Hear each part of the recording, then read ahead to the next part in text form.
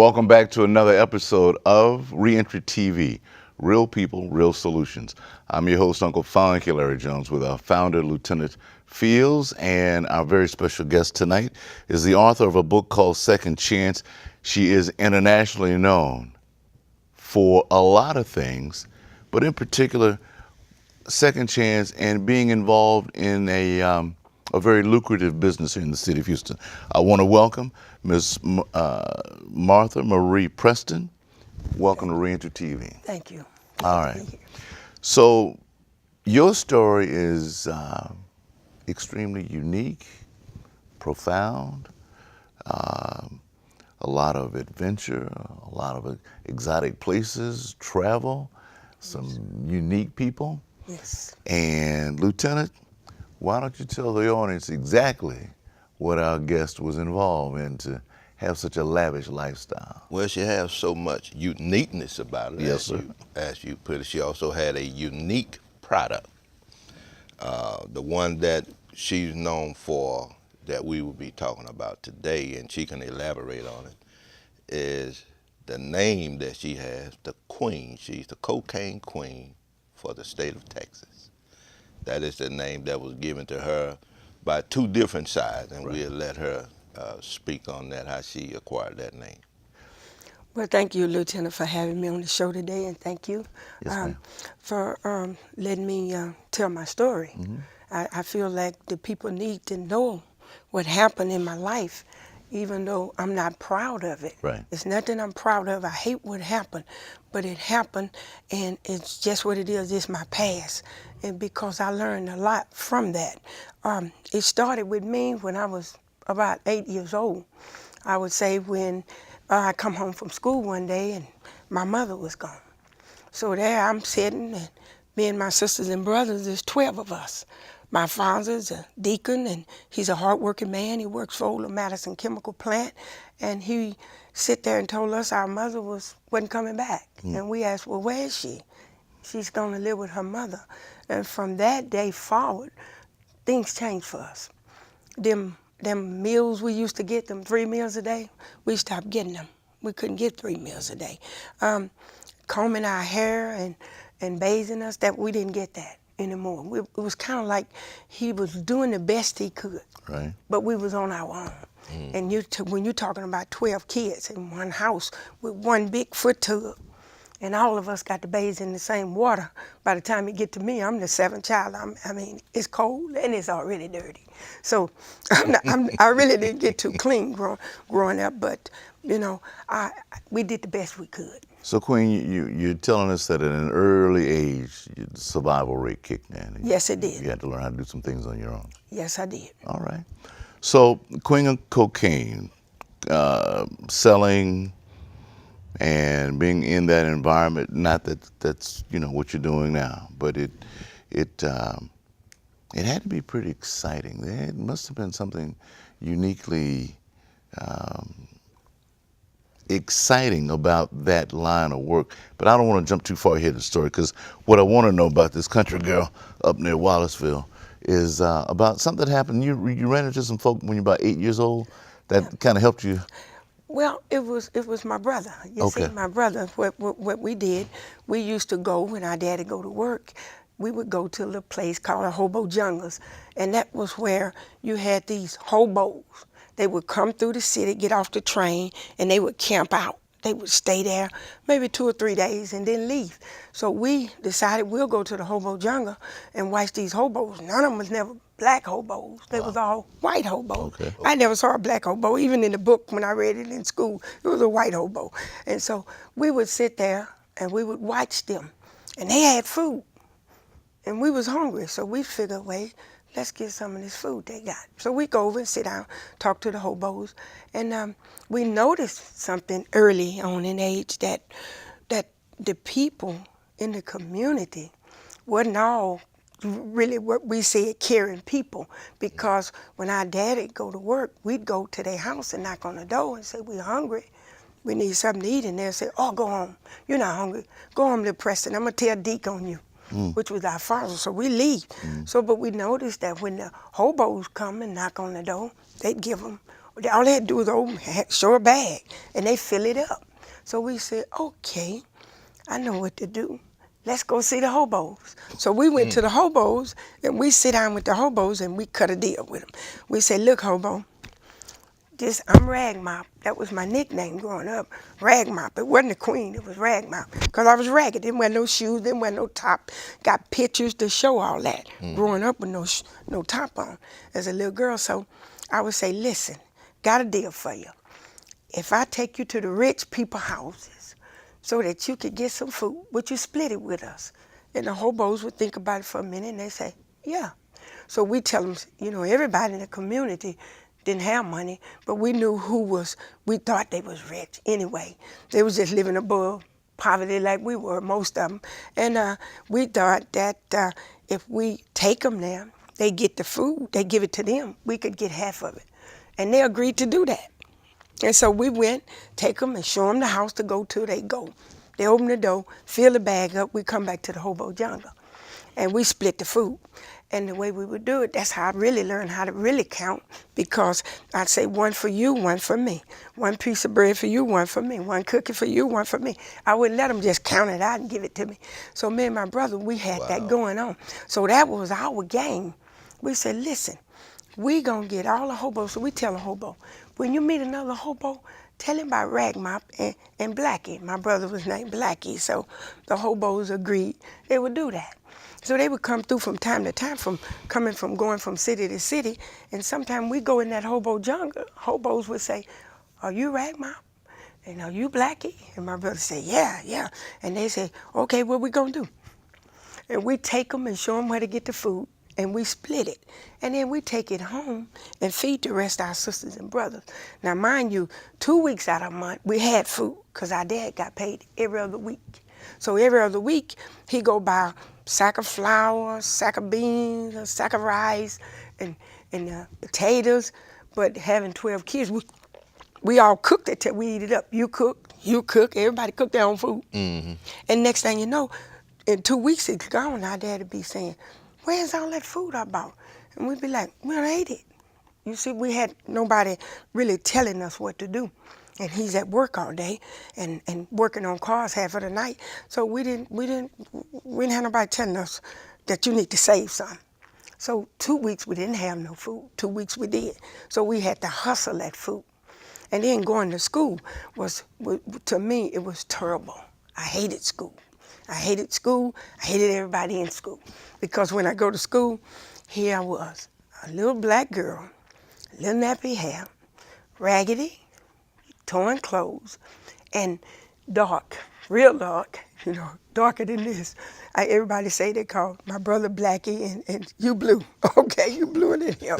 So we go to school, and the teacher, I would watch my teachers. I would sit in the back of the class and I watch the teacher, and I see that the pretty girls, light skin.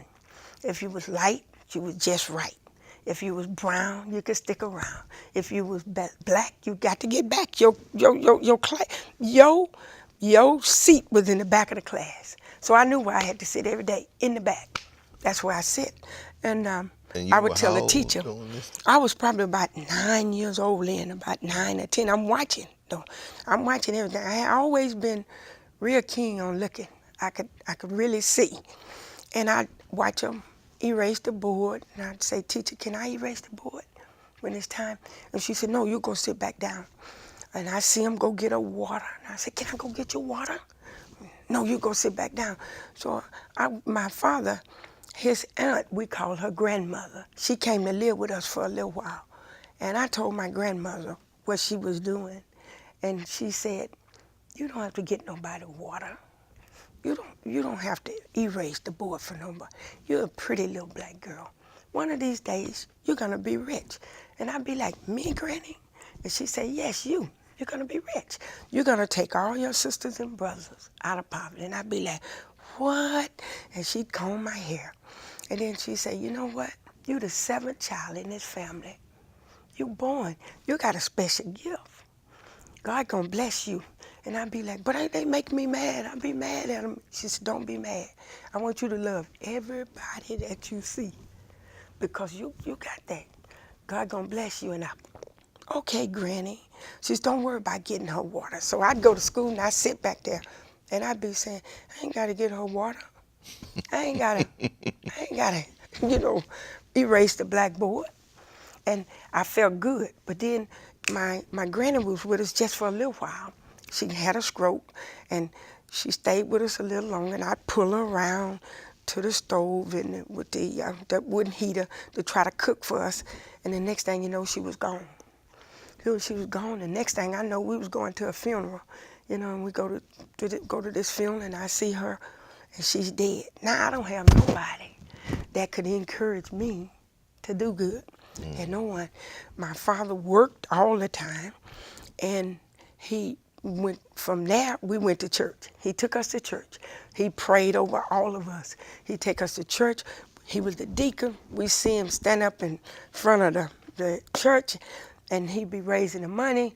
He'd say, I'm starting it off with $1. And my brother Jesse say, there go my lunch money. And then he said, well, we short 50 cents. Put 50 cents. There go my lunch money. That's what I would say. We'd be back there laughing, saying we ain't gonna eat nothing tomorrow. We know we was gonna be hungry. We couldn't get free lunches. They had a lady named Miss Taster at that time. She wanted our daddy to take us and put us all in a home like they do kids. She said, you can't raise these kids. My dad said, I'm gonna keep all of them together. If I eat, they eat. If I don't eat, they eat. They don't eat. So then I said, well, okay. So we're over in that hobo jungle. We learned how to play cards with the hobos. We got real comfortable. To me, they was family. Right. To me, we played cards. We learned how to shoot dice. So see, this is where I want to, and not to cut you off, Queen. Yeah. But the part that I want the audience to understand is that at an early age, you really started to develop your marketing skills. Yes. And your networking skills. Yes. And how to count money. And how to count money. And what looked like a disadvantage with skin color or not having the finest clothes or shoes, you were building your self-esteem with the hobos. With the hobos. And your That's brother right. Blackie. That's right. And that became a part of your family. So, Yes. so you're learning all of these things from the hobos. So when did you, what was your first job? After high school, after? No, I didn't finish high school. Okay. At 14 years old, I got pregnant. Ah. First time, got pregnant, ended up getting married at 15. Okay. And leaving home. So that's when I left home and I moved to the city. When I moved to the city, that's what we say Fifth Ward, was the bright lights, big city to us. We moved up to the city, me and my husband, and I didn't like being by myself. I wanted my sisters and brothers. So he knew I'd cry every day. I wanted my family. And he'd say, okay, you can get them. So I'd bring my sister, I'd bring another sister, I'd bring a brother. So next thing you know, we was in a 2-bedroom apartment with all my sisters and brothers in there. What street is this? We was living on the corner of Murray and Sumter. And what year is this, Queen? That was in 66. I bring that up, Lou, because at the mid-50s and 60s, Fifth Ward was basically a black Wall Street. Oh, yes, it was a hubbub of any nightclub, anything you wanted, theaters, dry cleaners, dentists, black. That was Fifth Ward. It was it was a well-to-do part of the city. It was. You tell people from Fifth Ward back then, you had a little something. Yes. You were doing something back then to be in Fifth Ward. So that's why I wanted the audience to understand that at this point in time, everything was self-sustained, everything was black. You really didn't even have to go outside the neighborhood to get anything you wanted. It was all right there. Yes, it was. So at 14, what kind of job did you have to bring? No, I couldn't at 15. I was married at 15, so I got pregnant at 14. 15, I'm married. So now I move up to the city. So my job was, my husband, he was a cook. He was much older than me. And he was a cook. He was a chef cook. He was grown. So what we did is we took our skills, me and my brother Jesse, we took it to the streets. We built us a shoe shine box, and we shine shoes. We go right around there by Cozy Kitchen. You remember Cozy Kitchen, all that? And we shine shoes, and they throw us money, and we would shoot dice. We would call people in and come on, let me show you. Show them that little money we had, and they try to shoot dice with us, and I'd break them. My brother would just stand on the side, because I'm the one that had the luck. He, you know, we said, you the lucky one. I could feel the spots on the dice. I could shoot the dice. So we was hustling, you see? That's what we call hustling. We was making money. So I'd go home with a pocket full of money. At night, my other sisters and brothers was there, and I'd be telling them what we did, and they'd be laughing. Everything was funny to them. I would tell them all the jokes, because I learned them all from the hobos. So that's how I learned how to curse. And my daddy didn't curse, so we learned that in the household. So he didn't smoke, he didn't drink. We didn't learn that. So I never drank or smoked, because I didn't learn that, but I learned how to curse. And that, to me, gave me some sense of power. Yeah. In a sense, it made me feel big. I had something to fight you off with then. I could shoot dice, I could play cards, and I could curse. Okay. So she could talk a little trash. Yeah. That's it. And take your Take money. your money at the same Your time. money at the same time. At the same time. That's right. All right, Queen. So let's move a little further on down the line. You and your family are doing all right in Fifth Yes. Ward. Yes. When did bigger thoughts come into your mind? Okay. As you know, as I was making the money and I saw that I could make more, I had a job. I was working for a conductor printed circuit, and I had electrical shock. I got shocked on that job. So that little money they paid me, my husband left. He said, no, this ain't for me no more. He don't want a wife anymore. He left, and that left me there with my daughter and my family, my sisters and brothers. So my brother came to me and said, listen, I got a deal. We can take some of your money and we could work it. And I said, well, what we gonna do? He said, we're gonna buy some syrup. I said, oh, we can make money with syrup. And at that time, it was Robitussin cough syrup. Yes. I did not know what it was. I thought it was regular syrup at first. He said, we're gonna, but what we do, you give me some money, I'll go get some syrup, and we're gonna flip it. And I said, well, how much you need? He said, a couple of $1,000. I gave him that. He took that and he flipped it. He brought back, he gave me my $2,000 back and gave me an extra $1,200, something like that. I said, oh, that's pretty good. And he said, we can do this all the time. We can make money. And I said, hold up. You've been gone 3 days with my money. Where you going? And he told me, I'm going out of town, Holligan, Brownsville, and then cross the border. I said, well, listen, take me with you. I said, if you're going to spend my money, Right. I'm going with my money. Right. So he took me down to Brownsville, and I stayed at they had what you call a boarding house. I stayed in the boarding house while he go and take care of business. About what year is this? Okay, that was like 72. Okay. Okay, so he go and take care of business. Then he bring the money back. But for me, I felt like something wrong with this picture.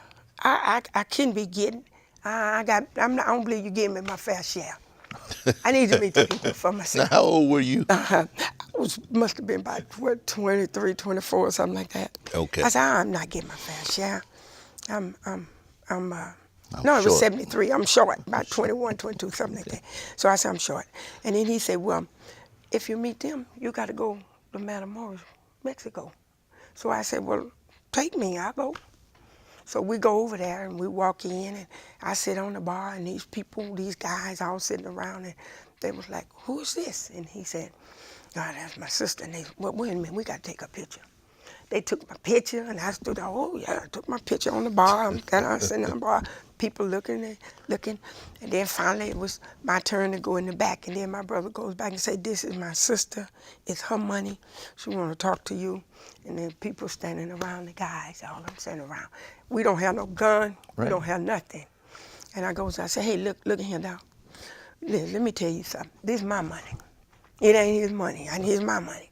Now, you could do better on that with the prices. Look, we're going to buy what you got, but you got to give us better prices, and blah, blah, blah. And I went on, and he was like, huh? And he looked at me, and the Spanish guy, big guy, he looked at me, and everybody got real quiet, and everybody was like, ooh, she don't know who she talking to. Right, right. And then he goes, ha! He bust out laughing. Yeah. He goes, you talking to me? Like that? I said, yeah, I'm talking to you. Yeah. It's my money. And he goes, I like you. Then shook my hand. I like you. I'm going to do business with you. So that was my first bout with learning really how to do business in a big way. They fell in love with me, and it was Katie bought her door, whatever I wanted, I could get. Okay?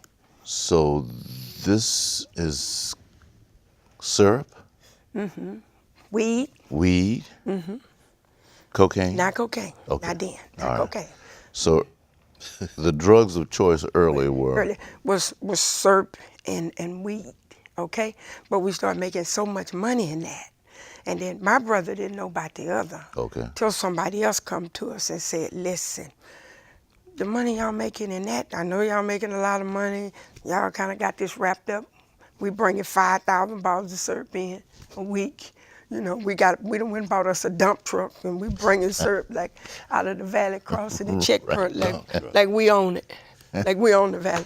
So we down there, we didn't know. We just young, and we just thinking that this is okay. We crossing the check point, this okay.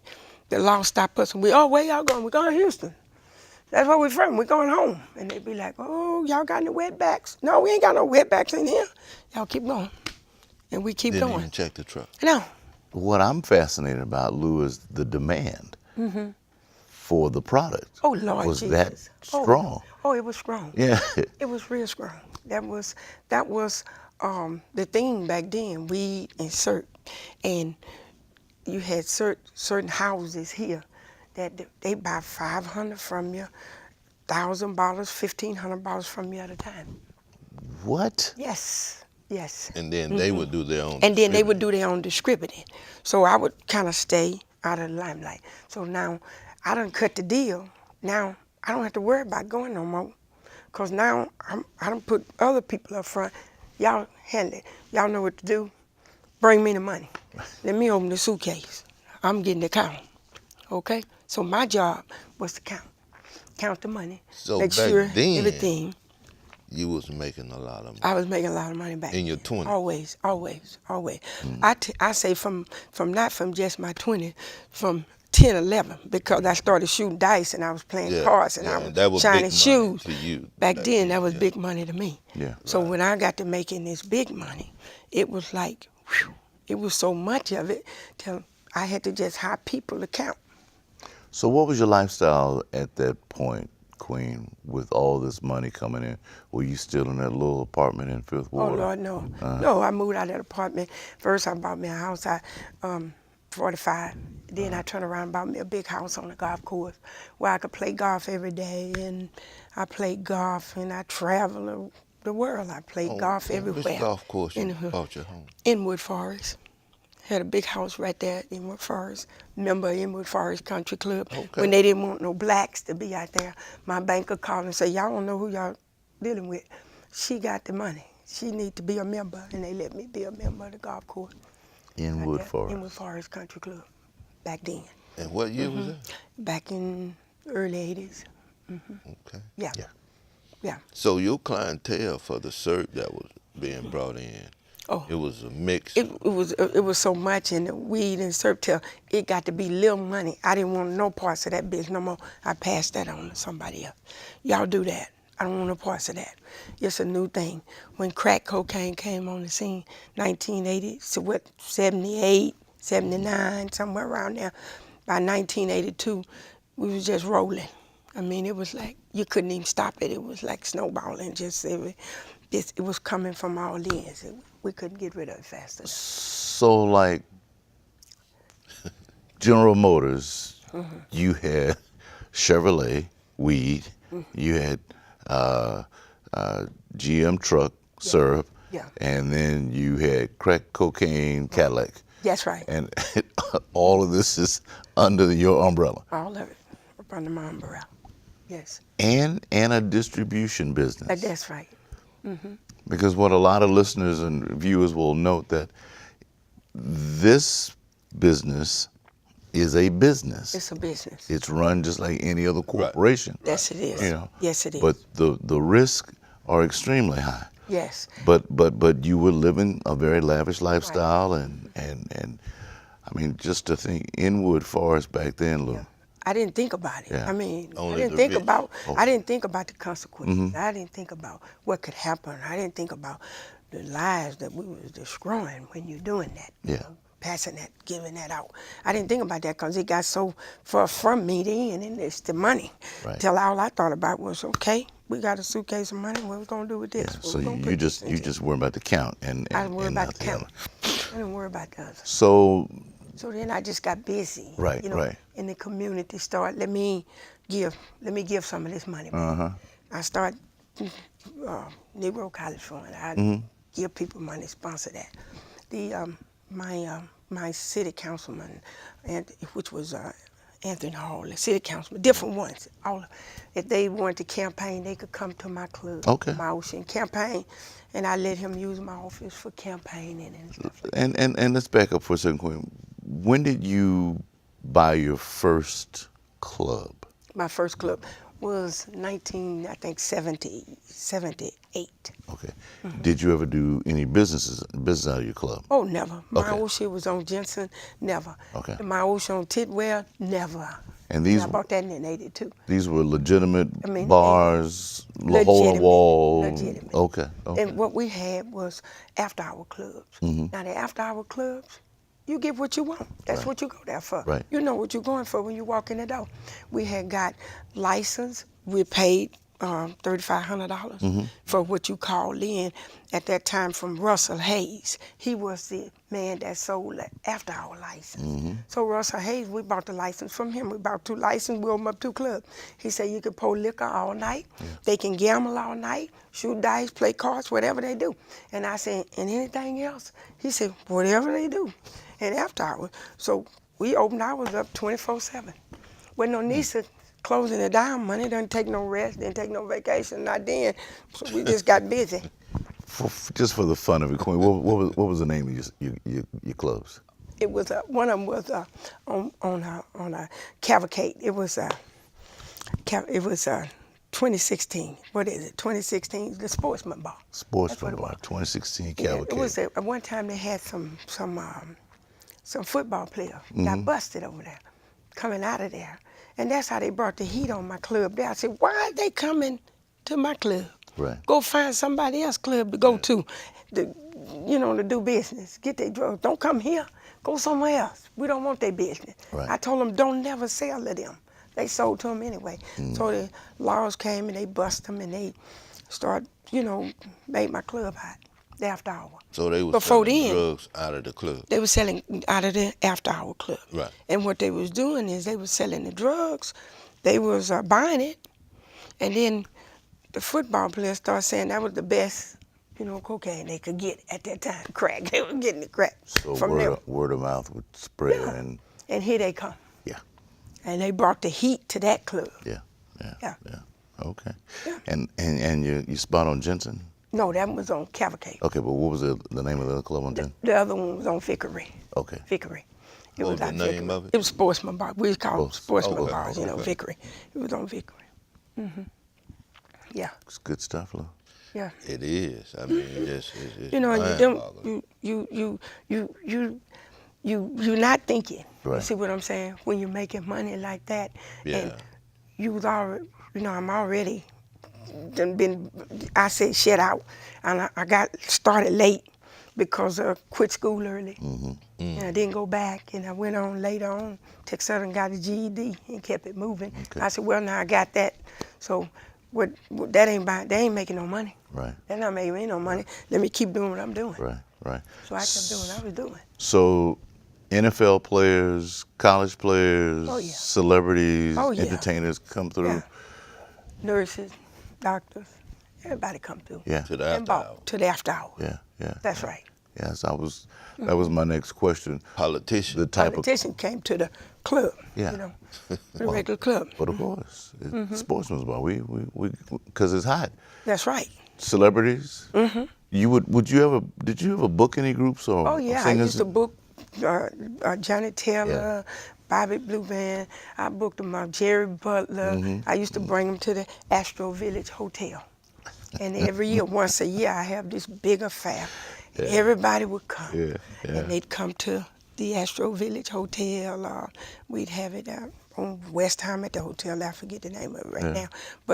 And we would we'd have 2,000 people. and attending. So where was every year. Blackie doing all this time? Blackie, after when we got into other business, Blackie didn't want that. Okay. He said, no. I don't want the drug business. That's a little bit too stiff for me. So what he did, he opened up him a little furniture store. Okay. And so he was buying furniture. But then when they found out he had a lot of money, they started bringing him truckloads of furniture from other places. So they got him for fencing, buying furniture, stolen furniture. He never got a drug case because he wasn't in the drug business. Oh my God. That was me and one of my other comrades. Okay. Okay, somebody else. Okay. So with all of this going on with the clubs and all Yeah. of that, and the football players is actually the one that brought the heat on that On that particular club. That's right. So how did it get to the point to where things began to get real hot for you? Yeah. See, because wasn't nobody paying me any attention. I'm like on the radar. Okay. So I'm thinking, wow, this is good. But how can you You be know, under the radar I'm on the and you radar. on the golf course? Yeah. What kind of vehicle were you driving at? A Rolls Royce. Yeah, Rolls Royce. But it was like I had a nightclub. Sure. They felt like I could afford it, but I didn't buy it. My husband, I married a guy 30 years my senior.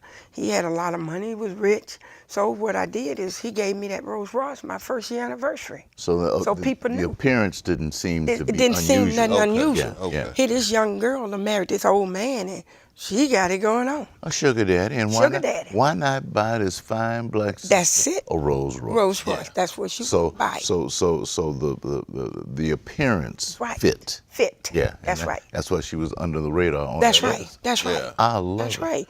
And then I say, so in it for me, looked like anything I touched, it just came.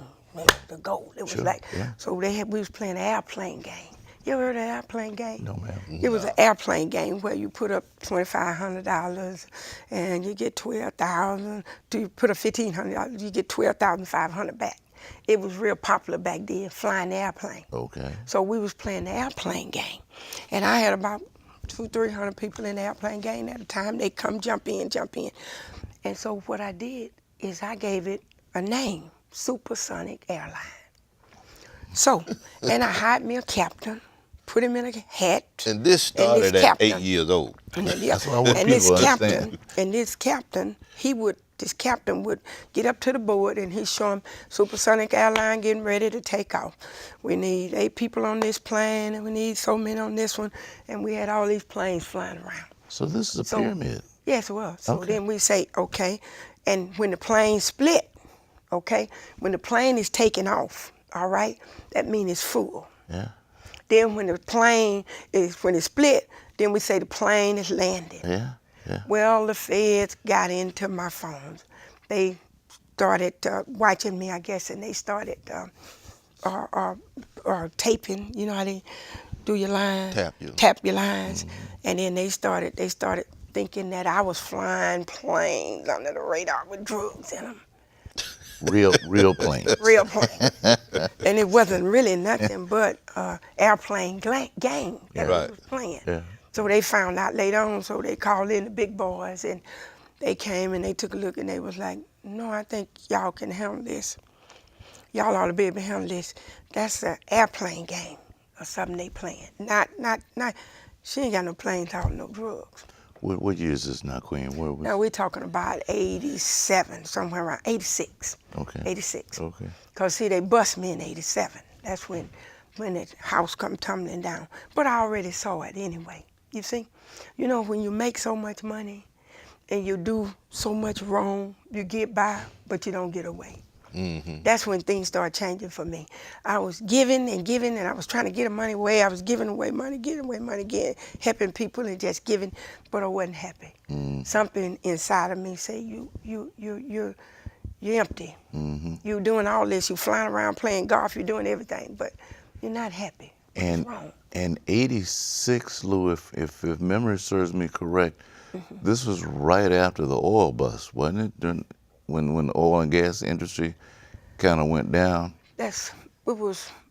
I think it was around when what's the name number with the dome, what is that? Had that the man that was taking that money from all those people.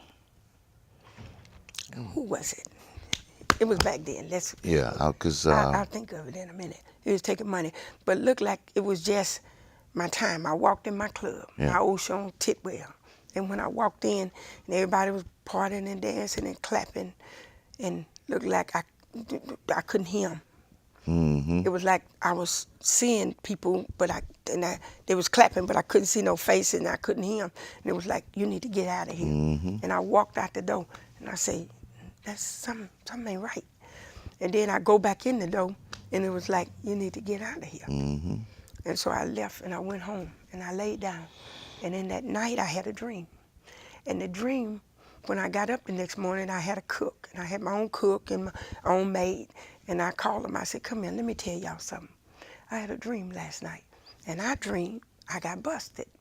And I was on all the television, and they was running all this, and they was like, oh no, you can't get busted, not you. No, no, no. We'd have to leave town. Oh no, that'd be the worst thing that ever happened. I said, I just dreamed that. I don't know why I dreamed that. And they said, oh no, Queen, no, no, not you. They couldn't believe, it working for me. They making good money. Everybody making a lot of money. And I'm thinking, well, it wasn't but a week probably later when I walked in the club. They was already sitting in Mausha, the feds, sitting in Mausha waiting on me.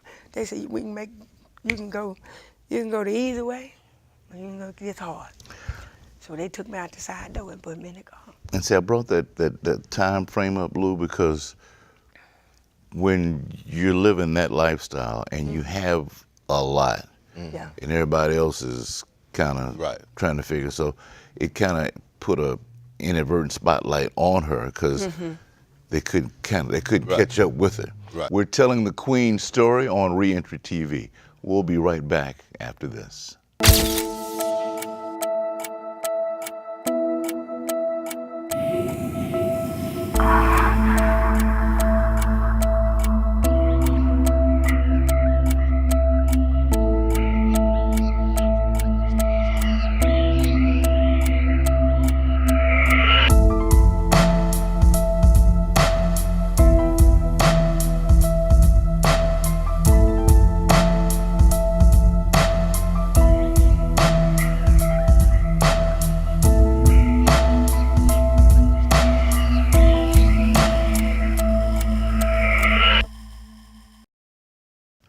Welcome back to Reentry TV. Real people, real solutions, real problems. We're solving them tonight. As you've heard in the first half hour of the show, the Queen was a major player in a game that she, from the bottom of her heart, we know, Lieutenant, kind of wish had never happened the way it did. But in that side of it, she was able to give to the United Negro College Fund, the Urban League. She donated thousands of dollars to several organizations. So, Yes. the saying, all money ain't good money, but you can take what may be bad money and turn it into good. And let's not forget, her mother left at 8. Yeah. So she figured out a way to take care survive. of her siblings as well. So in her mind, she was doing what she had to do. She was take doing care of home. Absolutely. So when we left Queen, the business was rolling. You were taking care of several different clubs in the city, and the word on the street is if you want to get the best product, you got to come find one of your clubs. And so now the feds are waiting on you. Right. How was, after having this epiphany, God put that in, what was your heart rate like when you walked through that door and saw the men in your club? Yeah, and when I saw the different looking men, see, I knew everybody come to the club. Right. When right. you knew, when a Yeah, new face yeah. come, Oh, yeah. you already know No, that something's up, yeah. something is up. We learn to look, have eyes almost in the back of your head. But what So- made the Fed decide to come to you? Yeah, let me back up and say this.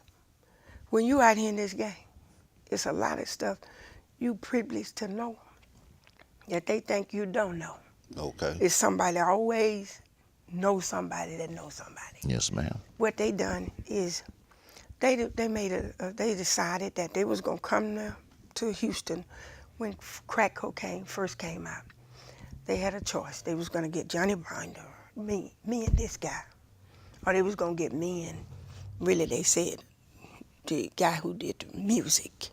they had a choice to indict, and it's in the paper where you can see that they was going to indict those two groups, and they decided to get me and this other guy my co-defendant, okay? But I already knew that it was coming, cause not only did I had a dream, somebody come and told me, clean your act up. Whatever you got, if you got a piece of paper, destroy it, because they coming at you. Me? Yeah, they gonna get you. They say you the one they done made you that person. The queen. The queen of the drugs. I So said, that's no. where you got that name. Where did you get the name? I got the name Queen from because I sold more tickets than anybody when we had the club owners ball. So they made me the queen of the nightclub. Then I went to Espanola Beauty College, and I sold more tickets. So my picture was up there, the queen of Espanola Beauty College. So every time we go somewhere, then we had a golf club we formed called the Sweet Swingers Golf Association, and they called me the queen. Because you sell tickets, you out there. Well, I could do that. I had the resources, the money, and the people. All I had to do just put the money up. I could always put up more than anybody else. So I was going to always be the queen. So they said, oh, you might as well get to her. That's the queen. That's the queen. She gonna win. She gonna win it. And so it felt good.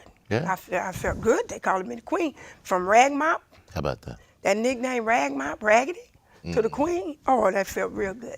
So it just kept me. It gave me energy. Yeah. You know. And then I felt like I was people respected me. Then when you got money, you feel like you got power. You see, whatever you want, you can get it. And knowing your story, knowing where you came Where I came from. to now, Right. that piece of self-esteem is, Oh, wow. of course, it's good. Through the roof. Absolutely. It was good. Yeah, you like that's that. You're power. looking at That's people that complete telling you power. get back, Yeah. get back, get back, and then then people telling you to come on. You done went from rags to riches. You see, Yeah. and I'm thinking, my grandmother said it was gonna happen. And my brother came to me one time, Jesse, the blackie, and he said, listen, he said, when is enough enough? When you gonna quit? He said, don't you know if you stay out here in this game, he said, you're gonna die in this game. You die out here now, you're going to hell. You know what I told him? I said, not me. By the time I get ready to die, they're gonna be able to find a cure for death. And I'm gonna buy it. Wow. That's being The caught up. mindset. The mind is a terrible thing to waste. Yeah. And if you get it messed up, Yeah. it get messed up. You see, so I was messed up. And so when they ran down on me in my place and said, come on, let's go, I was ready. You see, I was ready to go. But I had told all my people, they're on their way. Okay. Clean up. Don't do nothing. We shut down. That's it. It's over. I'm done. Okay. I'm through. So, countless can't fathom the number of money. Were you able to save any of that, Queen? Or? No, I ain't got none. I'm broke. I ain't got a dime. Nothing. Broke. So, ain't got nothing. Wow. I mean, and that's a great question because Yeah. we always hear about these stories. Yeah. And like, You lose it all.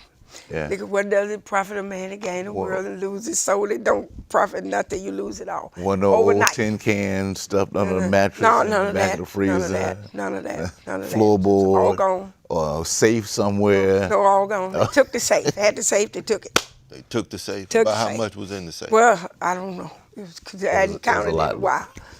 Yeah. Took the jewelry, took everything. They took it all. Okay. So, you're handcuffed. You're in the system. Right. What was that like? Well, when they took me to jail, and I was like, whoa, what is this? And I'm walking in a jailhouse, and they hollering, Queen, Queen, Queen. They looking at me on the news. The people hollering, Queen, Queen, Queen. Everybody. These people that was in jail, they thought that was, oh, that was good. That was like, oh, Queen is good. We got the Queen in here. They ain't got no business with the Queen in here.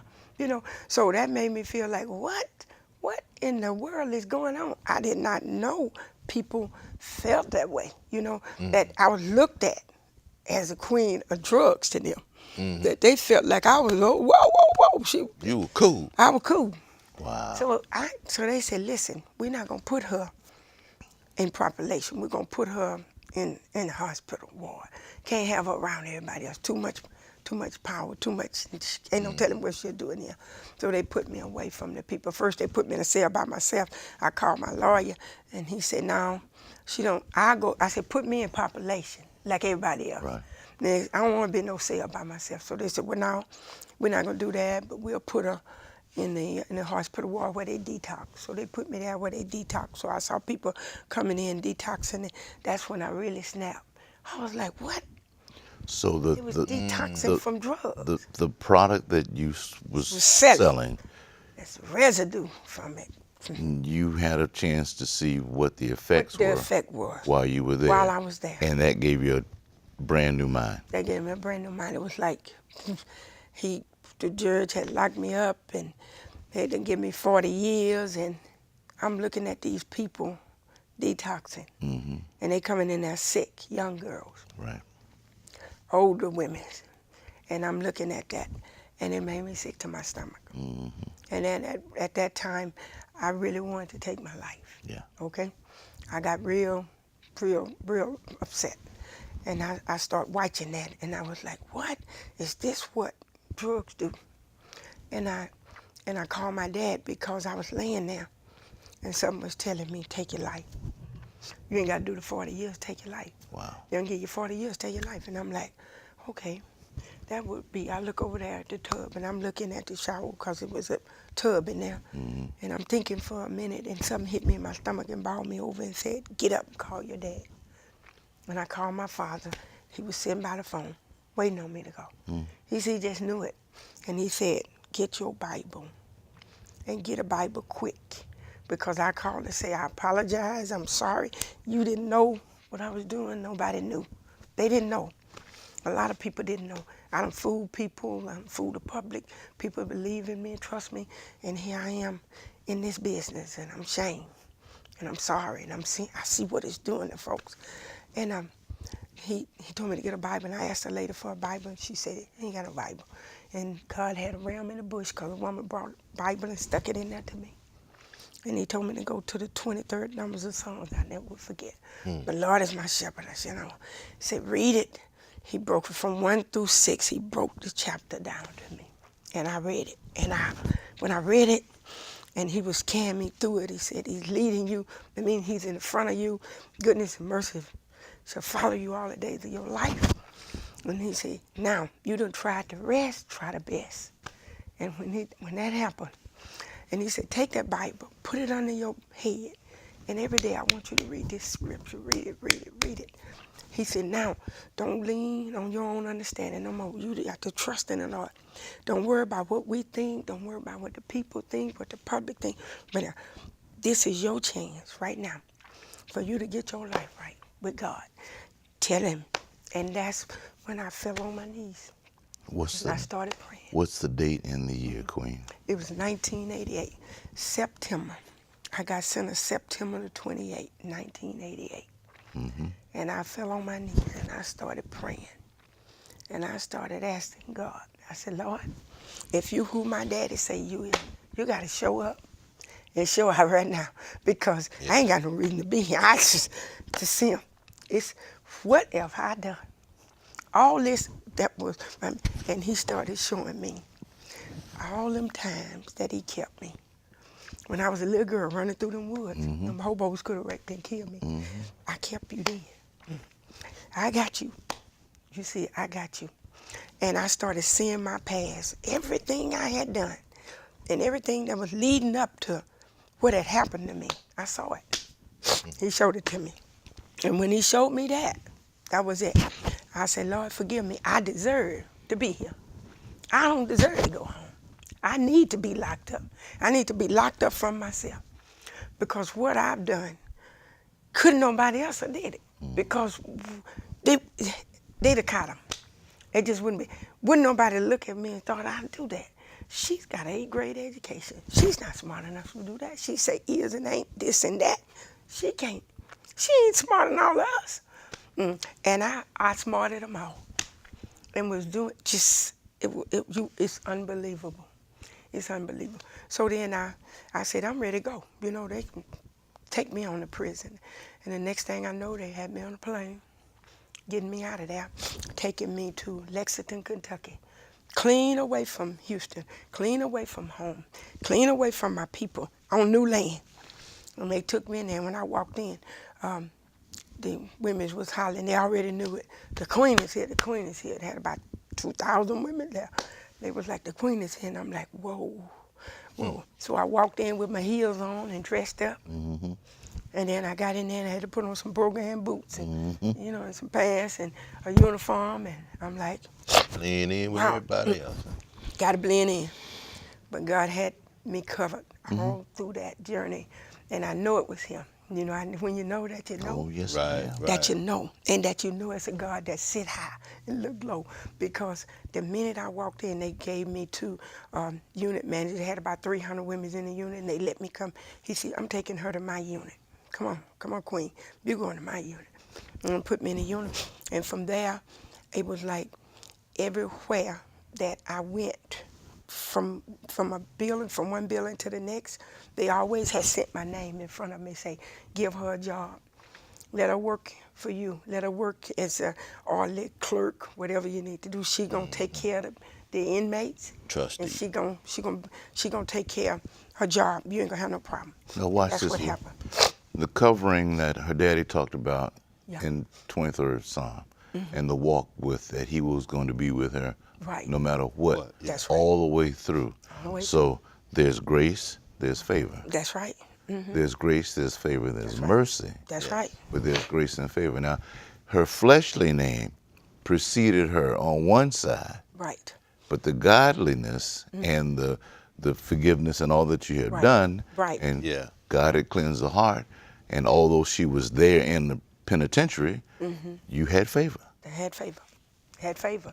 And So- favor so all during my When you walk. were in the city jail and going back and forth through your court proceedings. Yeah.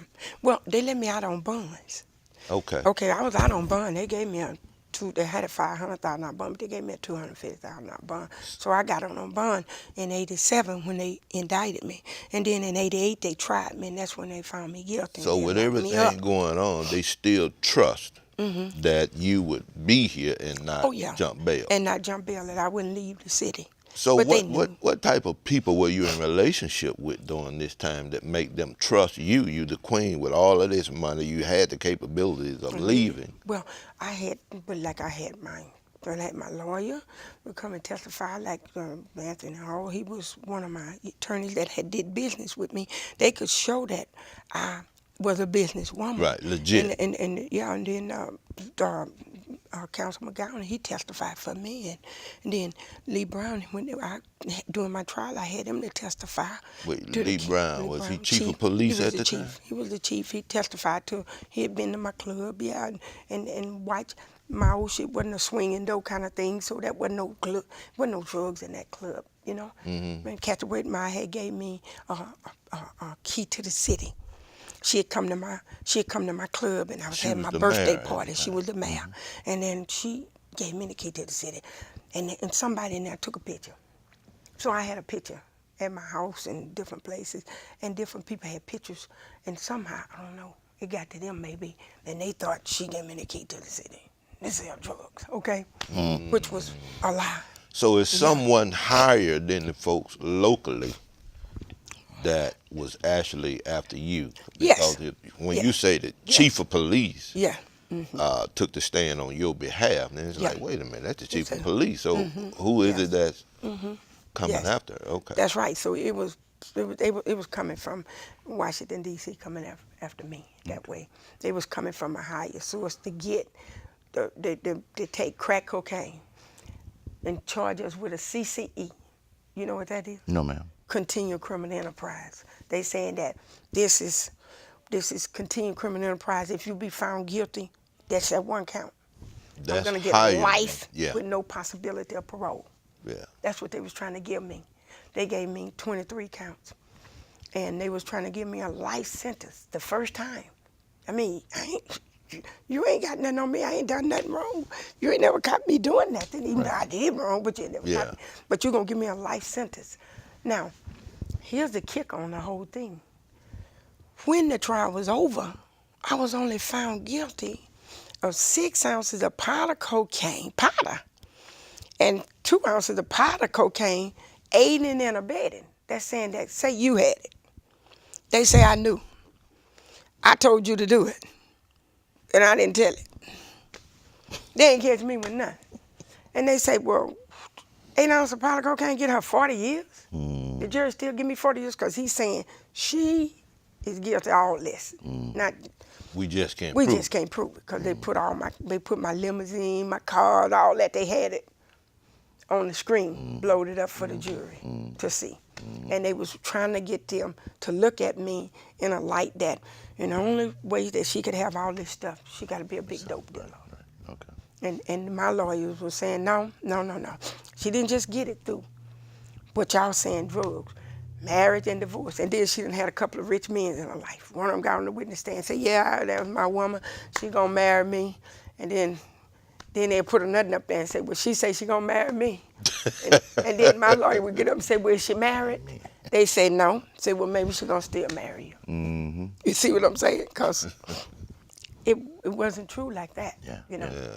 I was So- guilty, but not like that. So we're in Lexington, and you're developing a different walk. Yes, of course. I go to church, I read my Bible, but then I started watching again. You know, I'm a real keen eye person. I started looking. I was seeing young women coming in there with 20 and 30 years. I see old women, 70, 75 and all that, coming in with sentences, and I'm looking at them and I'm like, what did they sentence you for? And they give me their paper and let me read it, and I go to reading it, and I was like, they give you this kind of time for your grandson because he wouldn't take the case, and you his grandmother, and they give you time, and they knew it was your grandson dealing in his coat pocket, in his closet, and they gonna give you the time for it? And so I said, oh no, this is not right. So I just started praying. I said, Lord, tell me what to do. I know I ain't going home. Right. But I need to help somebody. I need to help these young people. I need to help some of these women. So I started going to the law library and reading the law and researching. While you're in prison? While I'm in prison. Okay. And then I was laying down asleep, and he came to me and he's like, go to school, go to law school. And I'm like, law school? Wake up. What? So I wake up and I go down, and they needed one person before they could start that class, that paralegal class. So they asked me, how quick could I get my money? I said, it's on the way. If you tell me, I can get in. And so my daughter sent the money to me. I got in the paralegal class, and I finished. They graduated. The warden walked us across the stage. We all walked across. I walked across in the black robe. I said, send that to my judge, okay? And I was in that black robe and got my license. And I graduated right there inside of prison. So then the women started coming to me in the law library. And I started helping them, and started helping them get reduction in sentence. You file a 2255, try to get them a reduction, because all of them didn't deserve to be there, okay? And so when I was doing that, while I was doing that, one day it was a case raised up, and it was like, okay, and it was like a case for me that could help me. So I said, whoa. I showed it to the girl, and she said, that's your freedom. I said, no. What? So we took it, and we was happy, and we prayed over, and we sent it back to my judge. And he looked at it, and he said, well, I'm going to deny it in part, and I'm going to grant it in part. So, but he didn't give me no relief on the sentences, but he gave me a release on the special parole versus supervised release. I'm like, whoa. So I took it. Okay. And I took it, and when it come back, and I said, okay, well, Lord, it ain't my time. I just kept working. Then some say, take it and send it to the Justice Department. I had met Kathleen Hawk when she came through, and Margaret Hamburg. I had met them when they come through they was in Washington. At that time, Bill Clinton, he was our president. So this is 90. It was somewhere around 97 Yeah, back 96, then. 97, yeah. And so I was like, okay, 96, 97, I said, okay. And I sent it to him, and then now I came up, I saw this thing, and it had Martin Luther King said, injustice anywhere. There's a threat to justice everywhere. And I sent that too. I said, look what this judge has done me. I said, I'm the lady that when you came through and we asked you about they had chose me to talk to them about the sentencing that they was going to give us the good days. But she couldn't get it passed at that time. And so she asked me then, how much time you got? I said, 40 years. She said, oh, Lord have mercy. I feel sorry for you, Martha.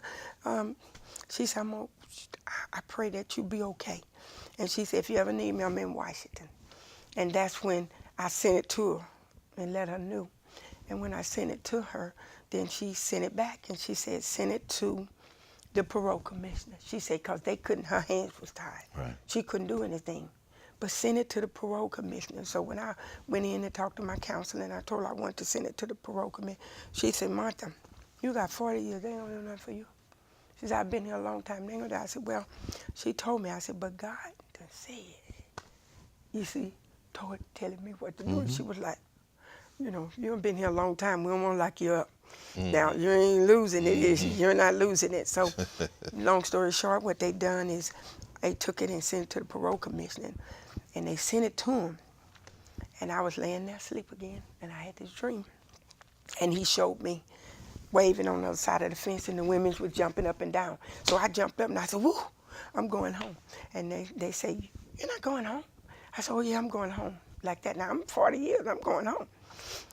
And she called me in, my counselor, and say, they agreed to see you, but you ain't got nothing coming. No, they're not going to let you go. You've been good, you done programmed good, you done did everything, but they're not going to let you go. Not the first time. They got women in with 25 years. They ain't let them go. I said, okay. And guess what? What happened? When they called me and let me see me the first time, they let me go. They gave me my freedom. Tell me what I God did can 10 years. Don't tell me what God can do. He worked miracles. And when I walked out the gate, the women were standing there jumping up and down and Just what you waving had goodbye. seen. Just what I had seen. What year is this? That's what I know, 98. So I got out in 98. I started working in a boys' home for Richard Johnson. He had a boys' home, a drug help. And I started working in there. And he sent me to school. I got my culinary license while I was working for him. I started teaching them young boys how to cook. I said, everybody ain't gonna go to college. Give them a skill so that if they could go and work in a 5-star restaurant, one of these days they'll be feeding the mail somebody. And those guys got with it and they started cooking and they would help me out in the kitchen. And the lady came and she saw me, the parole board not the parole board, the probation officer. After I done got out in 10 years, I still got 30 to do, okay? Wow. Okay. And she came there, and she came and I was in there, and she said, do they know you working here and you got a drug case? Yes, they do. I just kept praying. And the next thing I know, she called me on the phone and said, listen, you sit down, and you got somebody with you where you can sit down. She said, they just terminated your sentence. They terminated my sentence, okay? But the law that they terminated my sentence by, I had already pulled the law up and sent it. And it came back with the envelope unopened. The stamp wasn't on it, so they sent it back to me. Wow. So you know that ain't nothing but God. Wow. He wanted me to know I'm doing it. I'm handling you all the way. All the way. Ain't nobody gonna take no credit for this. Man ain't taking no credit. You ain't taking no credit. I'm doing this. The very I'm driving thing you this sent train. to get free, Yes. they freed you without seeing that. But I didn't see it. So I knew that law could help other people. So I took that law and started sending it to some of the ladies that I knew and stuff like that. And they terminated their sentence. Wow. So God is a good God. We know grace and mercy all the way. He said free. I already know. Free Free indeed.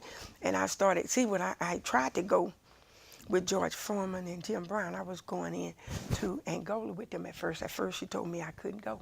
But he freed me where I could go wherever I want. I went into Angola. I stayed all night in there. I got up and told my testimony to the guy the next morning. George, he preached. I told my testimony. And I taught Jim Brown, America I Can program. I taught that program while we was at with those young boys. So God is good.